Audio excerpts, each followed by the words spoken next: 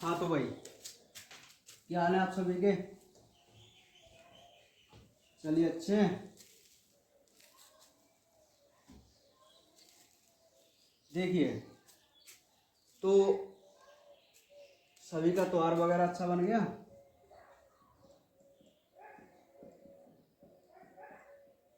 जो हमारा चैप्टर चल रहा था, चैप्टर 8, जिसको हम पादपों में खनिज पोषण कह के चल रहे थे, और आज ये हमारा लास्ट लेक्चर है इस चैप्टर का।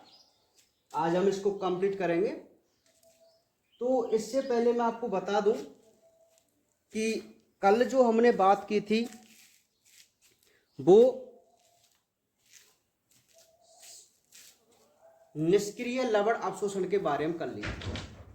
ठीक है, एक बार हम दोबारा से निष्क्रिय लवण अवशोषण को समझने की कोशिश करेंगे। तो एक बात आप अपने दिमाग में याद रखो, एक शब्द है विद्युत रासायनिक प्रवणता। मतलब एक कंसंट्रेशन जैसी बात होती है, सांद्रता जैसी बात होती है।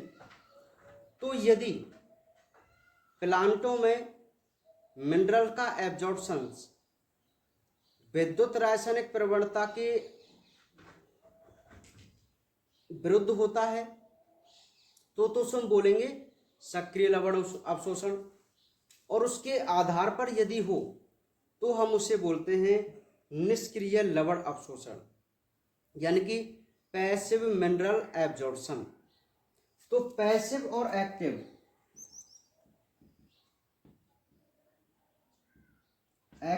और पैसिव जो लवण अवशोषण होते हैं ना प्लांटों में, वो क्या होते हैं? ये तो क्या होते हैं, इलेक्ट्रोकेमिकल के अपोजिट होते हैं, है ना। और ये उसके आधार पर होते हैं, इलेक्ट्रोकेमिकल ग्रेडियंट, है ना। तो एक बहुत सिंपल सी इनकी डेफिनेशन बनती थी निष्क्रिय लवण अवशोषण कि इसमें आयनों का जो अवशोषण होता है वो विद्युत रासायनिक प्रवणता के आधार पर होता है, जिसमें किसी भी प्रकार की ऊर्जा की आवश्यकता नहीं होती। तो इसे हम निष्क्रिय लवण अवशोषण कहते थे। जबकि सक्रिय लवण अवशोषण क्या होता है ना, कि ऊर्जा के फलस्वरूप या ऊर्जा के कारण विद्युत रासायनिक प्रवणता के विरुद्ध यदि आयनों का अवशोषण हो तो हम उसे सक्रिय अवशोषण कह के चलते हैं। ठीक है, तो मैं आपको बता दूं, कल जो हमने थोड़ी बहुत बात इंपॉर्टेंट रूप से निष्क्रिय लवण अवशोषण की थी, वो हम एक बार दोबारा से जानने की कोशिश करते हैं, उसको रिवाइज करने की कोशिश करते हैं। तो देखिए, उसकी 3 थ्योरी थी। पहली थी सहन्ति प्रवाह।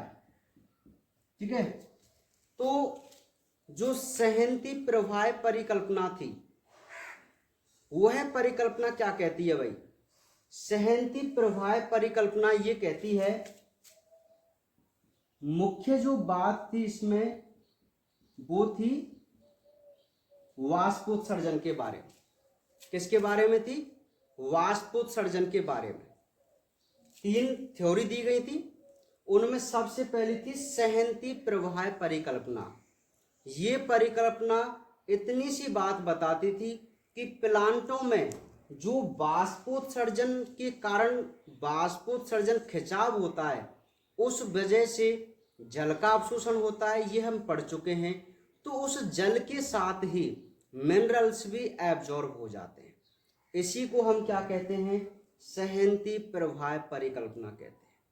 एक बहुत सिंपल सी बात है कि प्लांटों में वाष्पोत्सर्जन खिंचाव के कारण जल के प्रवाह के साथ मिनरल्स भी एब्जॉर्ब कर लिए जाते हैं। इसे हम सहन्ति प्रवाह परिकल्पना कहते हैं, है ना।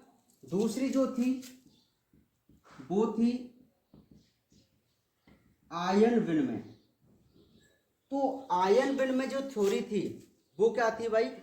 कि जड़ की सतह, एक तो रूट है, उसकी सरफेस, और पोषक घोल जो मिट्टी में है, उनके बीच यदि आयनों का आदान प्रदान हो तो हम उसे आयन विनिमय कहते थे।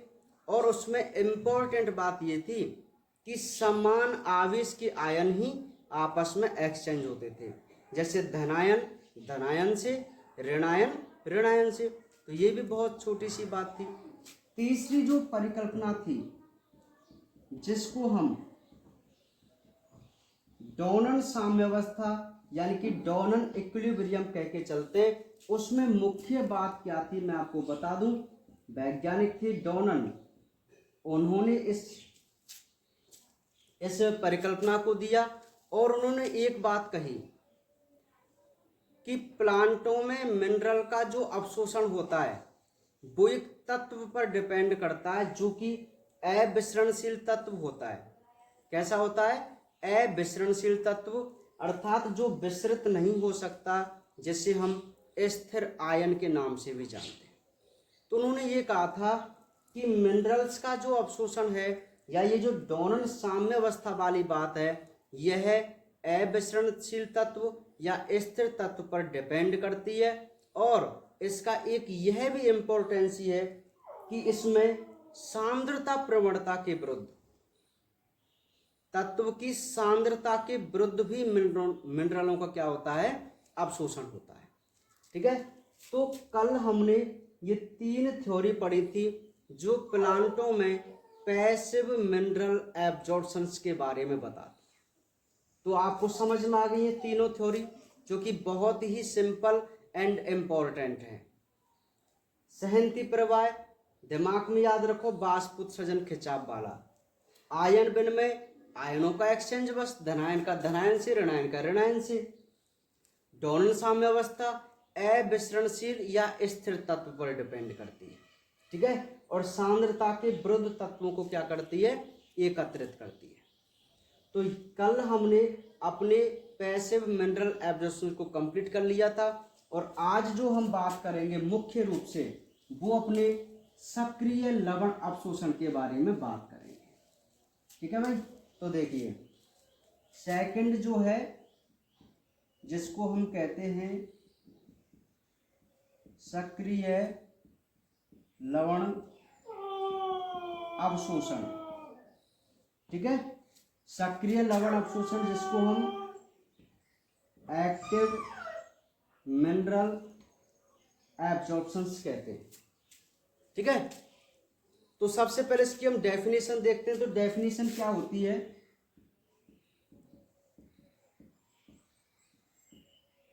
उपापचय ऊर्जा के फलस्वरूप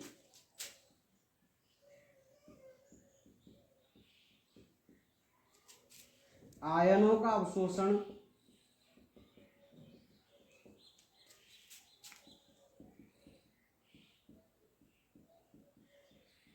विद्युत रासायनिक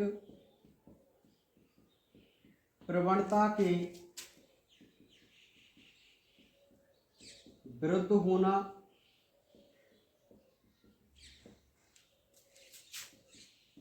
सक्रिय लवण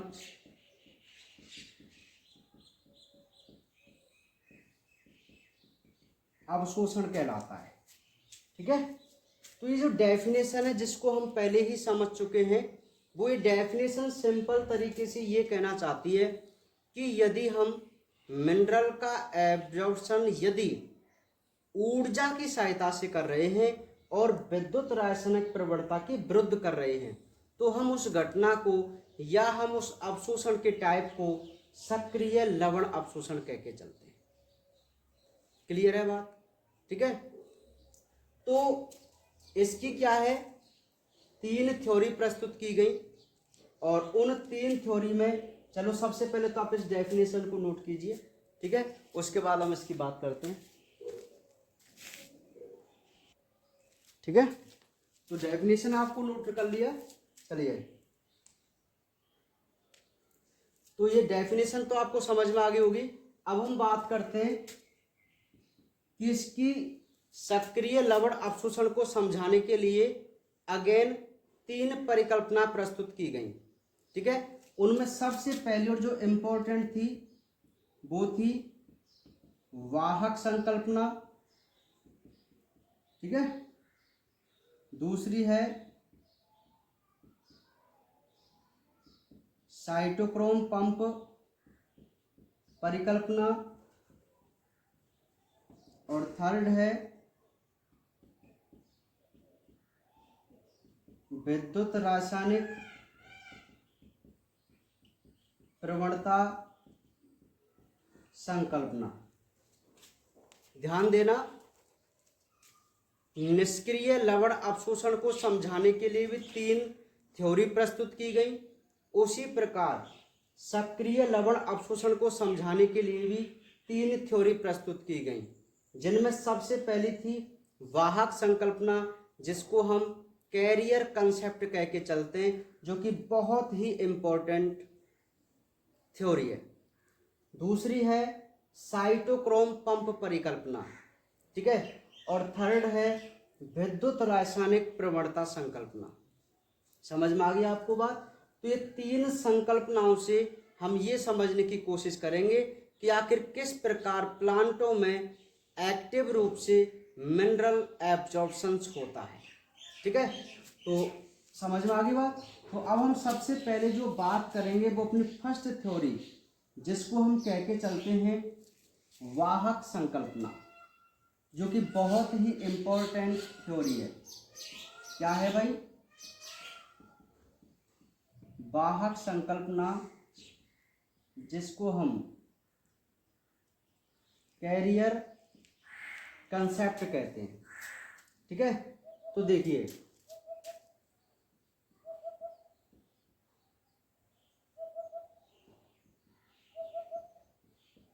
किसी कोशिका का वह भाग जिसमें आयनों का अवशोषण एटीपी की सहायता से हो, उसे आंतरिक द्विक स्थान कहते हैं।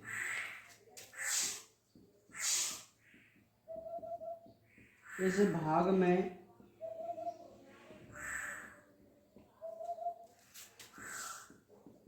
अवशोषित आयन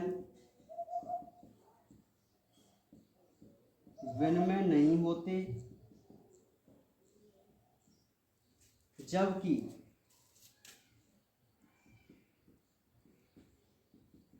बाह्य द्विक स्थान में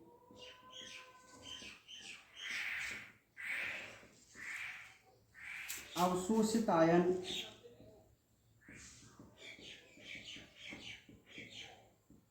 स्वतंत्रता पूर्वक गति करते हैं। अतः दोनों स्थानों के बीच का क्षेत्र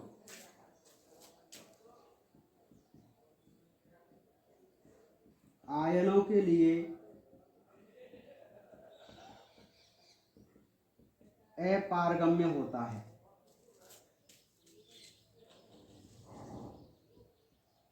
इस संकल्पना के प्रतिपादक होनर्ट के अनुसार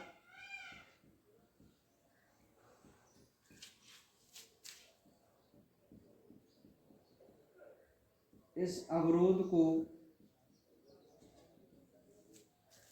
पार करने के लिए आयन बाह्य द्विक स्थान से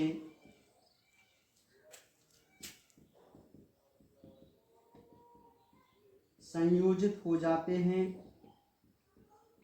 और वाहक की सहायता से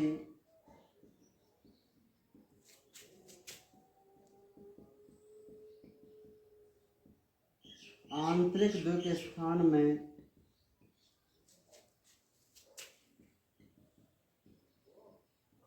विमुक्त कर दिए जाते हैं। इसकी 3 चरण हैं। तो सबसे पहला भैया वाहक प्लस एटीपी, तो ये बनता है सक्रिय वाहक। इधर है सक्रिय वाहक प्लस आयन, जो बनाता है भायक आयन सम्मिश्रण। और तीसरा चरण है भायक आयन सम्मिश्रण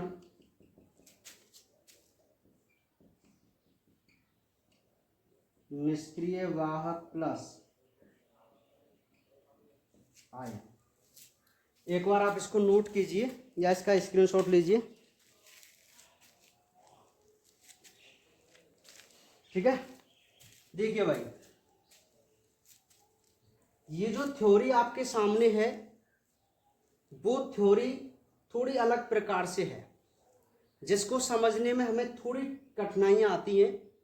लेकिन यदि आप इसके कंसेप्ट को समझेंगे, यदि आप इस थ्योरी के कंसेप्ट को समझेंगे, तो आपको ये थ्योरी को याद करने में या समझने में कोई दिक्कत नहीं होगी, ठीक है।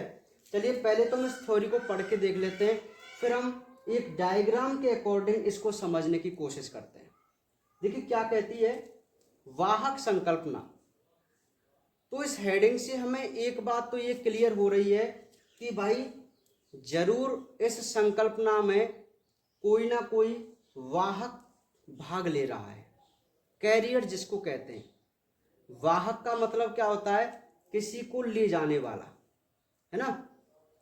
तो एक वॉन हॉनर्ट नाम के वैज्ञानिक थे, उन्होंने इस संकल्पना को प्रस्तुत किया और उन्होंने ये समझाया कि आखिर किस प्रकार एटीपी और वाहक की सहायता से मिनरल्स का अवशोषण होता है ना।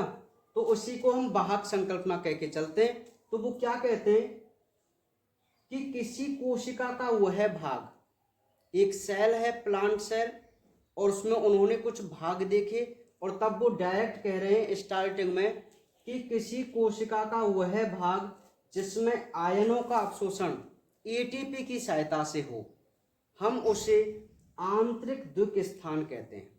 अभी हमें नहीं पता कि ये आंतरिक द्विक स्थान क्या है, लेकिन हमको इतना जरूर पता चल गया कि आंतरिक द्विक स्थान कोशिका का ऐसा भाग है जिसमें आयन एटीपी की सहायता से आते हैं।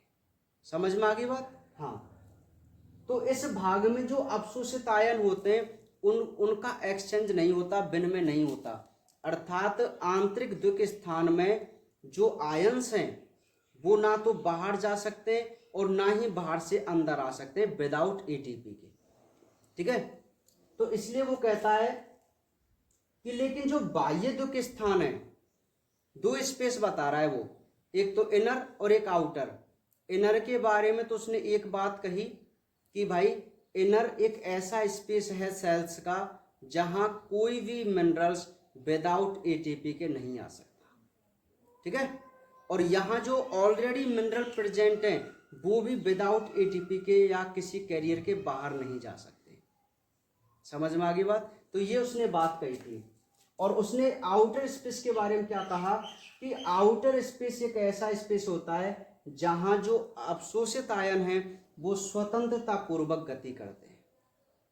तो मैं आपको बता दूं, स्टार्टिंग में जो ये लाइन है उनमें आप केवल इतना समझने की कोशिश कीजिए कि आयंस के लिए आंतरिक द्विक स्थान और बाह्य द्विक स्थान क्या होते हैं। जब मैं आपको डायग्राम बनाऊंगा तब तो आपको 1 मिनट में समझ में आ जाएगा, है ना। तो ये पता चल गया कि आंतरिक द्विक स्थान तो कोशिका का वह भाग है जिसमें आयन एटीपी की सहायता से आते हैं और वहां के आयनों का कोई विनिमय नहीं होता। और जो बाह्य द्विक स्थान है वो एक ऐसा स्थान है जहां कोई भी आयन आराम से एब्जॉर्ब हो सकता है, आर पार आ जा सकता है, उसे हम कहते हैं बाह्य द्विक स्थान, ठीक है। तो अब उन्होंने एक बात यहां से नोट की कि भाई यदि बाह्य द्विक स्थान में जो आयन्स हैं वो आंतरिक में नहीं जा रहे हैं और आंतरिक स्थान के जो आयन्स हैं वो बाहर नहीं जा रहे हैं, तो इसका सीधा सा मतलब क्या होना चाहिए। तब उन्होंने एक बात निकाली कि भाई जरूर इन दोनों स्थानों के बीच का जो क्षेत्र है वो कैसा है, आयनों के लिए अपारगम्य है। नहीं आई बात समझ में भाई। जब उन्होंने ये देखा कि आंतरिक द्वितीय स्थान में जो आयन्स हैं वो विनिमय नहीं हो रहे और बाहर के बाह्य द्वितीय स्थान में आयन्स हैं वो आंतरिक में नहीं जा रहे, तो क्या होना चाहिए कि जरूर इनके बीच में कोई ना कोई रुकावट है जो आयन्सों के लिए अपारगम्य। बताओ है कि नहीं, है ना। तो तभी वो कहता है कि इन स्थानों के बीच का जो क्षेत्र है वो आयनों के लिए अपारगम्य है। अतः हॉनर्ट के अनुसार उन्होंने फिर ये कहा कि इस अवरोध को पार करने के लिए जो आयन्स होते हैं वो सबसे पहले बाह्य द्वितीय स्थान से जुड़ जाते हैं, और जब वो बाह्य द्वितीय स्थान से जुड़ जाते हैं तो वाहक की सहायता से, एक कैरियर की सहायता से जिसमें एटीपी का अहम रोल होता है, उस कैरियर की सहायता से वो आंतरिक द्वितीय स्थान में विमुक्त कर दिए जाते हैं। देखो बाह्य और आंतरिक स्थान के बीच में अवरोध है, उस अवरोध को हमें पार कराना है क्योंकि हमें अपने आयन्स आंतरिक द्वितीय स्थान में पहुंचाने हैं।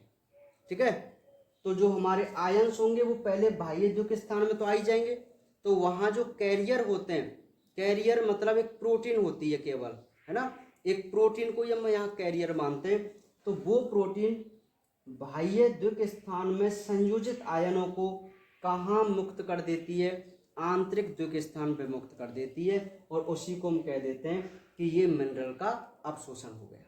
ठीक है, उन्होंने इसके 3 चरण बताए कि सबसे पहले वाहक होता है वो एटीपी से क्रिया करता है, और जैसे ही कोई वाहक एटीपी से क्रिया कर लेता है वो बन जाता है सक्रिय वाहक। क्या बन जाता है, सक्रिय वाहक।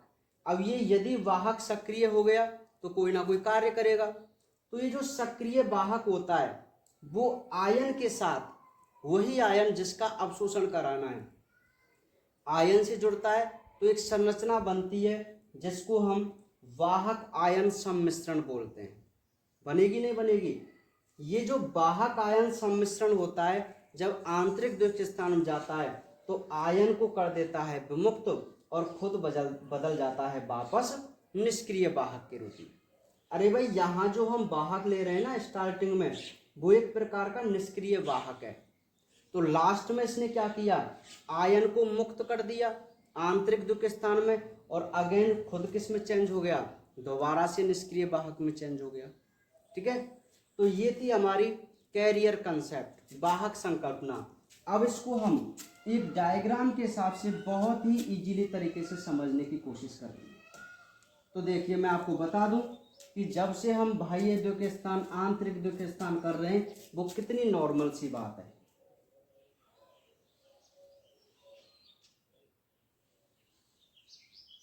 ये हमारी एक कोशिका है, और इस कोशिका का जो ये पार्ट है वो सेल वॉल है, और ये जो है वो है प्लाज्मा मेम्ब्रेन।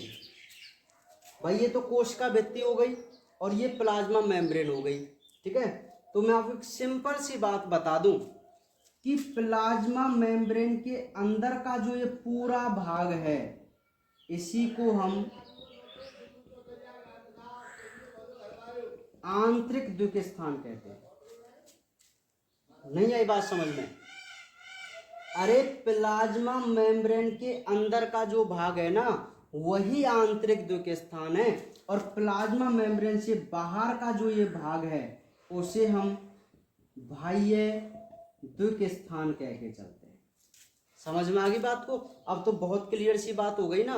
तो मैं आपको एक बात और बता दूं कि जब हमने चैप्टर 5 में एक पारगम्यता नाम का टॉपिक पढ़ा था, परमेबिलिटी जिसको हम बोल के चल रहे थे, पढ़ा था ना, वहां हमने क्या देखा कि एक प्लांट सेल की जो सेल वॉल होती है वो पारगम्य का एग्जाम्पल है। अर्थात प्लांट की जो सेल वॉल है वो हर किसी के लिए पारगम्य होती है, वो किसी का अवरोध नहीं करती। लेकिन प्लाज्मा मेम्ब्रेन को आपने पढ़ा था अर्धपारगम्य झिल्ली और चयनात्मक पारगम्य झिल्ली के रूप में। पढ़ा था नहीं पढ़ा था? ठीक है, तो वही बात है भैया। देखिए अब आपको समझ में आएगा कि आयंस जो है वो यहां तो स्वतंत्रता पूर्वक विस्तृत कर सकते, नहीं कर सकते क्या? आप मुझे खुद बताओ, क्योंकि ये आराम से कहाँ आ जाएंगे, इससे विस्तृत होकर आ जाएंगे सेल वॉल से। तो हमने यही तो कहा था कि बाह्य द्विक स्थान में जो आयंस होते हैं वो स्वतंत्रता पूर्वक विस्तृत करते हैं, है ना। और उसने एक बात कही थी कि कोशिका का वह भाग जिसमें आयन, अब जैसे ये आयन है सोडियम क्लोरीन जो भी है, इन आयनों को आपको यहां तक लेके आना है ना। तो वो कहता है कि ये आयन एटीपी की सहायता से आए। किसकी सहायता से? एटीपी की सहायता से। तो हम उस स्थान को क्या बोलते हैं? आंतरिक द्विक स्थान बोलते हैं। तो आप मुझे बताइए, बाह्य द्विक स्थान में जो हमारे आयंस हैं फ्रीली मूवमेंट कर रहे हैं, लेकिन ये एटीपी या कैरियर की सहायता से कहाँ आएंगे? आंतरिक द्विक स्थान में आएंगे। आप मुझे खुद बताओ कि हमारे आयंसों का जो काम है वो इसी स्पेस में तो है, क्योंकि यहीं पर हमारा केंद्रक वगैरह होता है। तो इस भाग को हम क्या बोलेंगे? कोशिका का आंतरिक द्विक स्थान बोलेंगे। और प्लाज्मा मेम्ब्रेन के बाहर के भाग को क्या बोलेंगे? बाह्य द्विक स्थान। और तभी तो उसने कहा था कि इन दोनों के बीच में, आंतरिक और बाह्य द्विक स्थान दोनों के बीच में कैसा क्षेत्र है? अपारगम्य क्षेत्र है। तो बताओ प्लाज्मा मेम्ब्रेन आयंस के लिए अपारगम्य होगी कि नहीं होगी? तो यही वो क्षेत्र है बीच वाला। ठीक है, तब उसने कहा कि इस अपारगम्य क्षेत्र को पार करने के लिए हमें एक वाहक की आवश्यकता होती है ना। तो सीधी सी बात मैं आपको बताऊं, मान लीजिए यहां पर सोडियम क्लोरीन जो भी है, पोटेशियम जो भी है, वो यहां पर आया मिट्टी से, ये डायरेक्ट आ गया बाह्य द्विक स्थान में। तो यहां क्या हुआ? यहां था एक वाहक और एटीपी। तो वो वाहक और एटीपी से मिलकर जैसे ही वो सक्रिय वाहक हुआ ना, तो सक्रिय वाहक ने क्या किया? इस सोडियम को यहां भेज दिया इनर स्पेस में, और जैसे ही सोडियम को यहां धकेला, खुद दोबारा से कैसा हो गया? निष्क्रिय वाहक हो गया। ठीक है, तो बताइए इस प्रकार वाहक की सहायता से मिनरल्स का अवशोषण हो रहा है नहीं हो रहा? ठीक है, तो आप इस चित्र को भी बनाइए जहां से आपको पता चलेगा आंतरिक स्पेस और बाह्य स्पेस क्या है सेल्स के।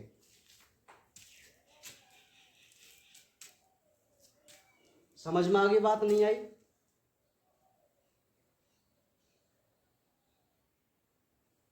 ठीक है, तो चित्र आपको समझ में आ गया। आपको अब ये भी पता चल गया होगा कि आखिर वो बाह्य द्विक स्थान और आंतरिक द्विक स्थान क्या कह के चल रहा है। तो आप डायग्राम को आप जरूर बनाना। ठीक है भाई, चलिए। तो ये तो हमारी बात हो गई, हमारी फर्स्ट थ्योरी जिसको हम वाहक संकल्पना कह के चल रहे हैं। अब आपको थ्योरी समझने में कोई दिक्कत नहीं है ना, क्योंकि थ्योरी में वो उन्होंने सबसे पहले क्या कहा था? यही कहा था कि किसी कोशिका का वह भाग जिसमें आयन एटीपी की सहायता से अवशोषित हो उसे हम आंतरिक द्विक स्थान कहते हैं। तो आपको पता भी चल गया आंतरिक द्विक स्थान क्या है। और बाह्य द्विक स्थान क्या है? आयन स्वतंत्रता पूर्वक विस्तृत करते हैं, गमन करते हैं, गति करते हैं, हमको वो भी पता चल गया। और फिर उन्होंने ये भी तो कहा था कि दोनों के बीच में अपारगम्य क्षेत्र है, मतलब वो प्लाज्मा मेम्ब्रेन है। तो इसको पार करने के लिए क्या है? आयंस की वाहक की आवश्यकता होती है। बस उसके 3 चरण आप जरूर याद रखना। बहुत सिंपल है कि सबसे पहले वाहक एटीपी से मिलेगा तो वो एक्टिव होगा, फिर एक्टिव वाहक मिलेगा आयन से तो वो वाहक आयन सम्मिश्र बनेगा, और वाहक आयन सम्मिश्र तो क्या करेगा? आंतरिक द्विक स्थान में आयंस को फ्री करेगा और खुद अगेन इनएक्टिव रूप में बदल जाएगा। ठीक है, तो एक बहुत सिंपल सी बात आपको समझ में आ गई वाहक संकल्पना के बारे में। चलिए सेकंड जो है जिसको हम पंप संकल्पना या साइटोक्रोम पंप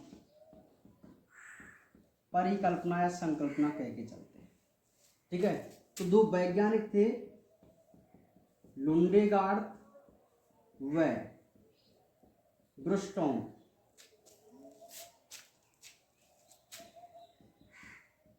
के अनुसार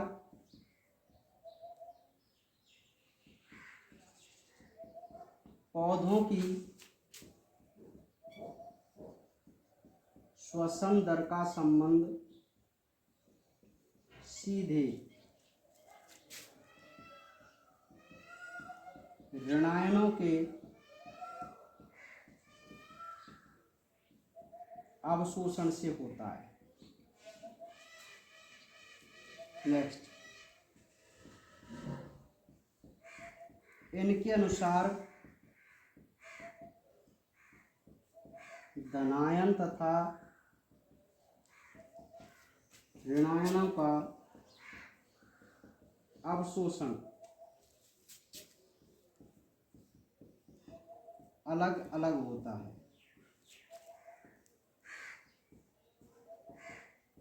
धनायन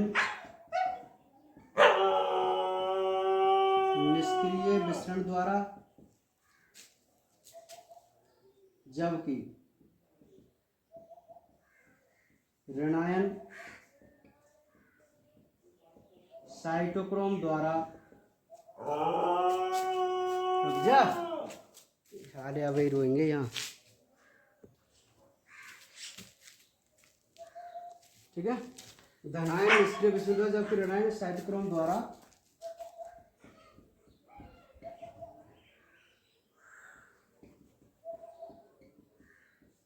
विसरित होते हैं, या मैं कहूं अवशोषित होते हैं। ठीक है, एक बॉक्स यहाँ पे जो हमें बहुत इंपॉर्टेंट तरीके से बनाना है।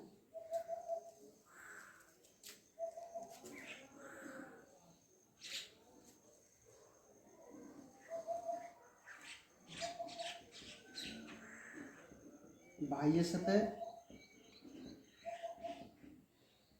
अवरोधक, और यह है आंतरिक सतह। तो सबसे पहले बाह्य सतह पे यदि मैं नेगेटिव की बात करूं तो ये साइटोक्रोम द्वारा आंतरिक सतह पर आता है। पॉजिटिव की बात करूं तो मैं ये निष्क्रिय विसरण द्वारा कहाँ आता है, आंतरिक सतह पर। ये बॉक्स आपको दिखाई दे रहा है? हाँ, सुनिए भाई, बात को जरा ध्यान से समझना कि हमारे पास जो सेकंड थ्योरी है वो है साइटोक्रोम पंप परिकल्पना। क्या है? साइटोक्रोम पंप परिकल्पना। तो मैं आपको बता दूं, दो वैज्ञानिक थे, लुंडेगार्ड और ब्रुस्टॉम, है ना। इन्होंने क्या कहा कि प्लांट जो रेस्पिरेशन करते हैं, श्वसन प्रक्रिया करते हैं, तो समझ लेना वो ऋणायनों को एब्जॉर्ब करते हैं। एक सिंपल सी बात समझो कि जब भी प्लांट रेस्पिरेशन की क्रिया करते हैं तो उस समय वो केवल ऋणायन मिनरल्स का क्या करते हैं, अवशोषण करते हैं। तो एक सीधी सी बात उन्होंने कही कि प्लांट की श्वसन क्रिया या श्वसन दर से जो सीधा संबंध होता है वो ऋणायनों का अवशोषण करने से होता है। ठीक है, क्या कहा कि भाई यदि प्लांट श्वसन की प्रक्रिया कर रहे हैं तो समझ लो वो श्वसन के साथ साथ ऋणायन आयनों का अवशोषण भी कर रहे हैं। इसलिए प्लांटों की श्वसन दर से संबंध उनके ऋणायन के अवशोषण होने का है ना। फिर उन्होंने आगे कहा कि प्लांटों में जो धनायन और ऋणायनों का अवशोषण होता है वो अलग अलग प्रकार से होता है। कैसे? फिर कि धनायन जो होते हैं वो तो निष्क्रिय विसरण द्वारा अवशोषित होते हैं, मतलब अपने आप विदाउट एटीपी के, क्योंकि निष्क्रिय शब्द आ रहा है तो कंसंट्रेशन के आधार पर विसरित हो जाएंगे धनायन तो। लेकिन जो ऋणायन होते हैं वो एक बहुत अच्छा एक शब्द है साइटोक्रोम। इस साइटोक्रोम को हम अपने 10 और 11 में चैप्टर में पढ़ेंगे, तब आपको पता चलेगा साइटोक्रोम क्या है। ठीक है, ये प्लांट की श्वसन प्रक्रिया में काम आने वाला एक महत्वपूर्ण घटक है जिसको हम साइटोक्रोम कह के चलते हैं। CYT से शो करते हैं, डिटेल में हम इसका अध्ययन करेंगे। तभी तो भाई साइटोक्रोम जो है वो इसके श्वसन में काम आता है, तभी तो श्वसन दर से इसका संबंध बताया गया है ना। तो देखिए यहाँ पे जो बॉक्स है उस पर आप ध्यान दीजिए। देखो अपने दिमाग में एक तो यहाँ ये बात याद रखना कि जो साइटोक्रोम पंप परिकल्पना है उसमें एक बात आप नोट करके चलना माइंड में कि धनायन निष्क्रिय विस्तरण द्वारा, जबकि ऋणायन साइटोक्रोम के द्वारा अवशोषित होते हैं, तभी तो इसको हम साइटोक्रोम पंप परिकल्पना कहते हैं। तो उसने यहाँ जो बॉक्स है उसमें बॉक्स में बहुत सिंपल सी बात है कि बाह्य सतह पर यदि नेगेटिव आयन है तो जो अवरोधक झिल्ली है उस अवरोधक झिल्ली को साइटोक्रोम पार कराकर इस ऋणायन को कहाँ ले जाएगा, आंतरिक सतह पर ले जाएगा। अरे अर्थात आंतरिक द्विक स्थान में ले जाएगा। ये वही प्लाज्मा मेम्ब्रेन है, ये वही आउटर स्पेस है ना। तो साइटोक्रोम जो है वो बाहर से ऋणायनों को लेकर कहाँ ले जाता है, आंतरिक सतह में ले जाता है, जबकि जो धनायन होते हैं वो डायरेक्ट निष्क्रिय विस्तरण द्वारा कहाँ चले जाते हैं, आंतरिक सतह पर चले जाते हैं। तो बताइए साइटोक्रोम पंप परिकल्पना बहुत ही इजी है कि नहीं, है ना। इसमें आपको साइटोक्रोम हेडिंग से पता चल जाएगा। तो आप ऋणायन पर यहाँ ध्यान देना कि यह जो परिकल्पना है जो ऋणायन आयनों को समझाने के लिए ज़्यादा इम्पोर्टेंट है, ठीक है। तो आप इसको भी नोट कीजिए भाई, इसका बॉक्स जरूर बनाना और ध्यान रखना इस बॉक्स के बारे में।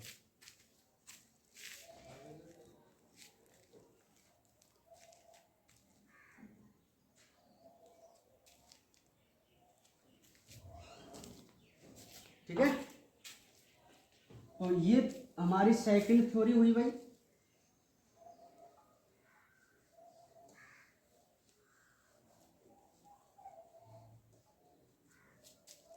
अब देखिए तीसरी जो थ्योरी है वो है विद्युत रासायनिक प्रवणता संकल्पना, ठीक है। तो जो हमारी तीसरी थ्योरी है जिसको हम विद्युत रासायनिक प्रवणता संकल्पना कहते हैं वो हम समझते क्या है भाई। तो यह जो परिकल्पना दी थी एक वैज्ञानिक जिनको हम पीटर माइकेल कह के चलते हैं। तो पीटर माइकेल के अनुसार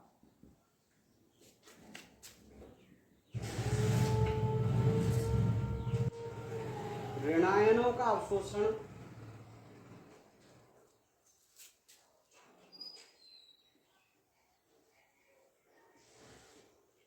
अवरोधक झिल्ली के बाहर व भीतर उत्पन्न विद्युत रासायनिक प्रवणता के आधार पर होता है, ठीक है। तो सिंपल सी इसकी जो थ्योरी है वो इतनी है कि भाई जो हमारी थर्ड थ्योरी जिसको हम विद्युत रासायनिक प्रवणता संकल्पना कह के चल रहे हैं उसमें एक सिंपल सी बात ही होती है कि पीटर माइकेल ने इतना बताया कि जो ऋणायनों का अवशोषण होता है पौधों में, जो ऋणायनों का अवशोषण होता है वो अवरोध झिल्ली के बाहर और भीतर उत्पन्न जो विद्युत रासायनिक प्रवणता है उसके आधार पर इनका क्या होता है, अवशोषण होता है, ठीक है। एक बस इतनी सी छोटी सी बात थी, तो आप इसको भी नोट कीजिए।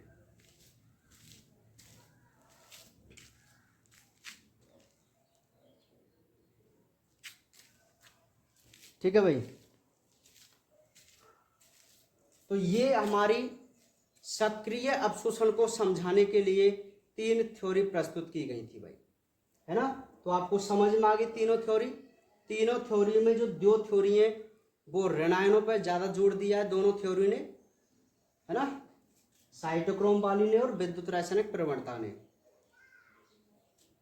तो इसमें अच्छा एक एंजाइम होता है एटीपीएज। एटीपीएज एंजाइम की इसमें भी क्या होती है, भूमिका होती है ना।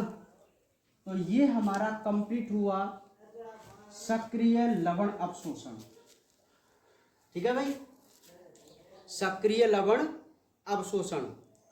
अब इसके बाद लास्ट में एक टॉपिक है वर्मीक्लोपोनिक्स।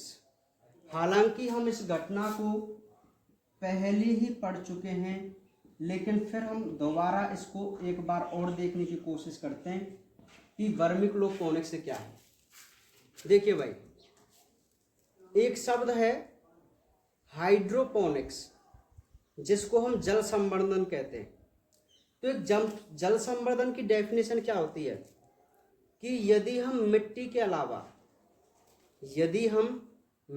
के अलावा अपने प्लांट को किसी और माध्यम में उगाएं तो उन सभी को हम हाइड्रोपोनिक्स या जल संवर्धन कह के चलते हैं।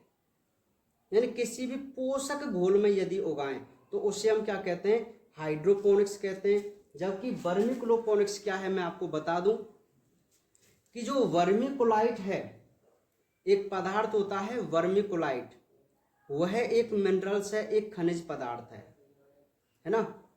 तो वो जो खनिज पदार्थ है वो प्रकृति में प्राकृतिक रूप में होता है, और यदि उसको हम 2000 डिग्री फ़ारेनहाइट पर गर्म करें भट्टी में, किसको, वर्मीकुलाइट को, तो वो एक पिघली हुई अवस्था में हमें प्राप्त होता है, एक लिक्विड से फॉर्म में। तो उसको हम क्या बोल देते हैं उसको हम बोलते हैं वर्मीकुलाइट। बात समझना, मिट्टी से जो आपने वर्मीकुलाइट प्राप्त किया वो थोड़ा सॉलिड स्टेट में होता है। यदि फिर हमें उसको क्या करना है, 2000 डिग्री फ़ारेनहाइट पे भट्टी में गर्म करना है, जिससे वो थोड़ा लिक्विड फेज में आ जाता है ना। अब आजकल वर्तमान समय में हम जो अध्ययन करते हैं मिनरल्स की आवश्यकता का, जो भी अध्ययन करते हैं, तो हम वर्मीकुलाइट पदार्थ का ही प्रयोग करते हैं। क्यों? क्योंकि वर्मीकुलाइट पदार्थ में कुछ विशिष्ट गुण होते हैं। अब वो गुण हमने पढ़ लिए थे, जैसे हल्के भार वाला होता है, ठीक है, हाँ, तो ये सारे हमने पढ़े थे, नहीं पढ़े थे क्या? ढीली, ये बंधे होते हैं। अच्छा, बंधे का मतलब मैं आपको बता देता हूँ कि इसमें किसी भी प्रकार की खरपतवार वगैरह नहीं उग सकती। ये वर्मीकुलाइट जो है वो बंधे होता है, अर्थात इसमें प्लांट के अलावा कोई एक्स्ट्रा चीज नहीं डेवलप होती कभी भी, ठीक है। ढीली संरचना होती है, जिससे जो जड़ हैं वो आराम से इसके अंदर चली जाती हैं। रसायनतः अक्रिय होते हैं। तो ये हमने 4-5 गुण मैं आपको बता दूं, आप भी इसके 4-5 गुणों को नोट कर लेना। PDF जो मैं डाल रखी है उसमें भी आपको ये मिल जाएंगे, तो आप कोई भी 4-5 विशिष्ट गुण इसके याद कर सकते हैं। बहुत इंपॉर्टेंट है, क्वेश्चन बन सकता है कि वर्मीकुलाइट के गुण क्या हैं, ठीक है। और इस विधि को हम, संपूर्ण विधि को क्या नाम देंगे, वर्मीक्लोपोनिक्स नाम देंगे। नहीं आई बात समझ में, ठीक है। तो ये था भाई हमारा चैप्टर नंबर 8। तो चैप्टर नंबर 8 जो कि बहुत ही इम्पोर्टेंट चैप्टर है बोर्ड एग्जाम की दृष्टि से, आज वो हमारा कंप्लीट हुआ है। यहाँ से 1-2 क्वेश्चन हर साल बनते हैं भाई, और छोटा क्वेश्चन ज़्यादा बनने के चांस होते हैं। तो आप हर टॉपिक को मुख्य रूप से पढ़ लेना। यदि कोई टॉपिक में दिक्कत हो तो आप मुझसे डायरेक्ट पूछ सकते हैं, है ना। लेकिन इसको याद जरूर करना, बहुत ढंग से पढ़ना। मैंने आपकी हर थ्योरीज को बिल्कुल कंसेप्ट देके उनको तैयार करवाया है, ठीक है। यदि किसी बच्चे को फिर भी थोड़ा समझ में नहीं आया है तो मेरे से डायरेक्ट कॉल करके पूछ सकते हैं, ठीक है। तो बाकी बातें करेंगे कल चैप्टर 9 के साथ।